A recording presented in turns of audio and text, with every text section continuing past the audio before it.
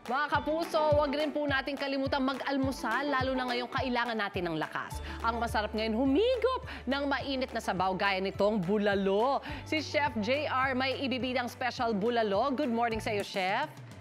Nire-ready ko na rin ang bulalo dito. Hi, A blessed morning, Ma'am Suzy. Morning, A blessed morning Chef. sa ating mga kapuso. Tama ka dyan, Ma'am Suzy. Andito tayo ngayon sa Sampaloc, Manila, kung saan nga pinuntahan natin yung isang talaga namang OG na bulaluhan at kita nyo naman, kahoy pa rin yung ginagamit. And syempre, kita nyo, ganda na ng kulo ng ating isang buong stock pot dito. And very interested at excited talaga ako malaman all about their recipe. Kaya naman, tawagin na natin si Ma'am Nikki Basco. Ma'am, a blessed morning po. Hello! Good morning, everyone. Ayan, ganda Hello. naman ng ating aura this morning. Ma'am, kita natin yung bulalo natin. Yes. Kahoy pa rin yung ginagamit, ano? Bakit po may Yes. ganun ang ko natin? Kasi, alam mo, Chef JR, mula sa aming ninuno kasi, nakasanayan kasi talaga namin na kapag ginamit mo yung lutong kahoy, mas lumalabas yung ninamnam at saka yung sarap ng bulalo. I totally agree. Yes. Pero ma'am, yung recipe po ninyo ng bulalo, paano nyo po ba ito ginagawa? Heirloom recipe ba ito?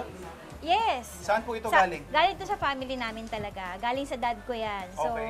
So mga ninuno pa ito mga galing? ninuno pa talaga yan. Okay. Yes. So yung recipe ninyo, ma'am, paano po ito? May anything complicated ba sa steps ninyo? Paano po ito? Pag samasamahin mo lang siya ng ganyan. Okay, so ito Ayan. yung mga sibuyas Yan, natin. sibuyas.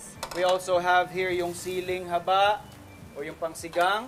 Siyempre, peppercorns, ano, Ma'am Nikki? Yes. Tapos, yung ating green onions, ihuhuli natin yan.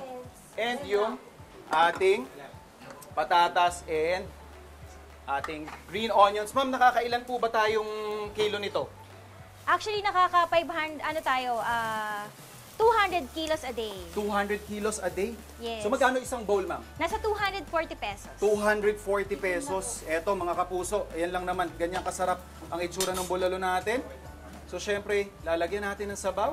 For 240 pesos mga kapuso dito sa Sampaloc, Manila, a winner na winner ang ating bulalo.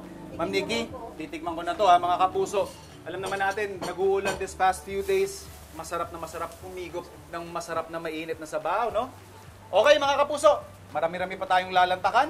Of course, tuloy-tuloy lang yung food adventure natin dito sa inyong pambansang morning show kung saan laging una ka, unang hirit!